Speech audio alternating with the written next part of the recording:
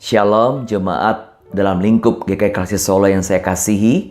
Kita berjumpa lagi dalam Bina Iman pada hari ini. Kita berdoa.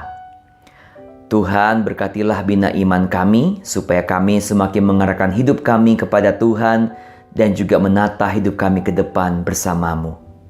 Amin. Hal apakah yang ingin kita ingat dan lupakan dalam hidup kita? Tentu kita ingin mengingat hal-hal yang baik dan melupakan hal-hal yang buruk. Kita ingin mengingat keberhasilan kita, kesuksesan kita, dan melupakan kegagalan kita. Kita ingin mengenang kenangan yang menyukakan hati, menggembirakan hati, dan melupakan kenangan yang membuat kita berduka dan juga bersedih hati. Paulus dalam Filipi 3:13 pernah mengatakan, "Aku melupakan apa yang telah di belakangku dan mengarahkan diri kepada apa yang di hadapanku."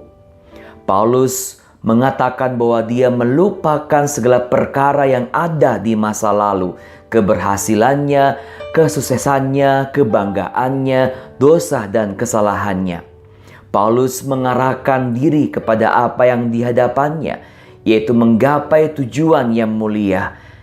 Tagline adalah pengenalannya akan Kristus, semakin bertumbuh bersama Kristus dan hidup serupa dengan Kristus, mewartakan kabar baik di dalam penderitaan sekalipun yang dia alami.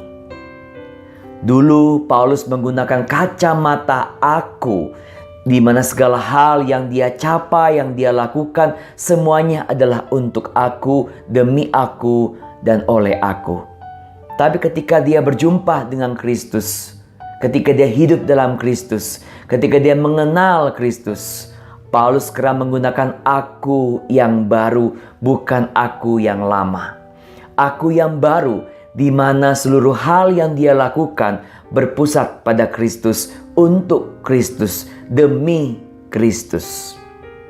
Saudara, kita boleh melihat masa lalu yang telah terjadi, sekalipun kita nggak bisa kembali untuk memperbaikinya.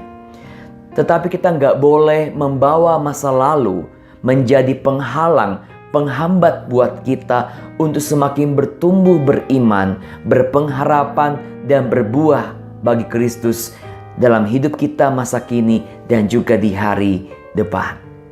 Maka tagline Bina Iman pada hari ini: masa lalu bukan tempat penyesalan dan tempat tinggal, tapi masa lalu adalah tempat untuk kita belajar mengalami perubahan hidup yang semakin serupa dengan Kristus. Kita berdoa.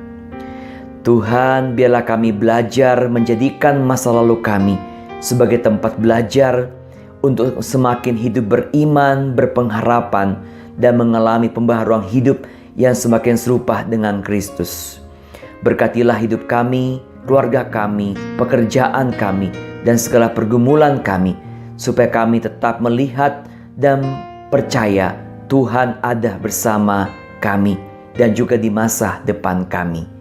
Dalam Kristus kami berdoa dan berpengharapan kepadamu. Amin.